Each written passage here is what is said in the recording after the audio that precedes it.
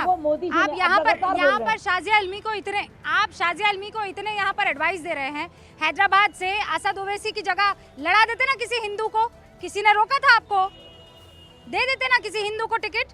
अरे हमने असद ओवैसी की जगह, अरे हमने टोटल हिंदुस्तान के अंदर, टोटल भारत में हमने 13 सीटों पर लड़ा है, जिसके अंदर रूबिका जी आपको जानकर खुशी होगी 6 हमारे नॉन मुस्लिम भाई है, जिसके अंदर हमारे दलित भाइयों को दिया है। बीजेपी ने कितने मुसलमानों को टिकट दिए? चलो बताओ मेरे को, एक भी नहीं। अरे बीजेपी तो छोड़ो, ये जो सोकॉल्ड सेक्युलर घूम रहे हैं चैंपियंस ऑफ सेक्युलर, इन्होंने भी नहीं दिया।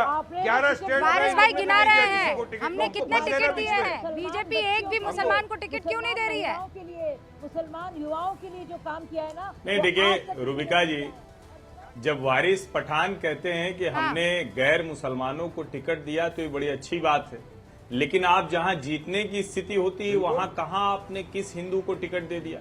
आपकी पार्टी का नाम वो पूरी तरह से मुसलमानों के नाम पर है। और एक बात गंभीरता से, क्या देश के मुसलमानों को ये नहीं, वारिस भाई मैं बोल लूं, बस 30 सेकंड दे दीजिए। क्या देश के मुसलमानों को सचमुच ये नहीं सोचना चाहिए? नरेंद्र मोदी के 10 साल के शासन काल में जितनी भी आप योजनाएं, जिसको आप कहें कि लाइफ में बेटरमेंट की जो गवर्नमेंट स्कीम्स हैं, क्या किसी एक में भी हिंदू मुसलमान होने की वजह से भेदभाव हुआ है? और केरल में अगर एक बेहतर, एक बहुत शानदार प्रत्याशी, मुस्लिम प्रत्याशी भारतीय जनता पार्टी उतारती है, तो क्या केरल के मुसलमान उनको जिताकर संसद में भेजेंगे? और क्या भारतीय जनता पार्टी ने उत्तर प्रदेश और बिहार में मुसलमान नहीं जीतने के बावजूद अपने मंत्रिमंडल में, चाहे बिहार का मंत्रिमंडल हो चाहे उत्तर प्रदेश का मंत्रिमंडल हो, क्या मुस्लिम मंत्री नहीं शामिल किया? ये सारे जवाब है जो आपको हर पार्टी के लिए विनेबिलिटी सबसे महत्वपूर्ण होती है। इसीलिए तो आजमगढ़ में आप देखिए ना, यादव परिवार के धर्मेंद्र यादव चुनाव लड़ रहे हैं, पूरी ताकत झोंके हुए हैं। एक तरफ निरहुआ है, दूसरी तरफ धर्मेंद्र यादव है, और बहुत शानदार और तीखी और तेज लड़ाई है।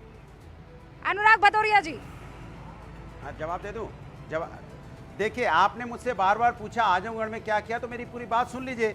गन्ना मिल हमने बनाई, मेडिकल कॉलेज हमने बनाया, हवाई पट्टी आजमगढ़ में हमने बनाई, कृषि विश्वविद्यालय हमने बनाया, मंडल आजमगढ़ को कमिश्नरी हमने बनाया। अनुराग भदौरिया, पर्चा लीक होने के बाद गूगल करके सारे सवाल खोज रहे हैं, पता ही नहीं था आपको? आप बीच में क्यों टोक रहे हैं? ये क्या गंदी आदत है? देते काम। अरे मैं सवाल कुछ और पूछ रही हूँ, आप अब जवाब कुछ और दे रहे हैं। 1 घंटे पहले पूछा था वो सवाल, आप जो सवाल पूछे उसका जवाब दो। आजमगढ़ में आपने आजमगढ़ का काम, सर मैं जो सवाल पूछी उसका जवाब दो ना आप।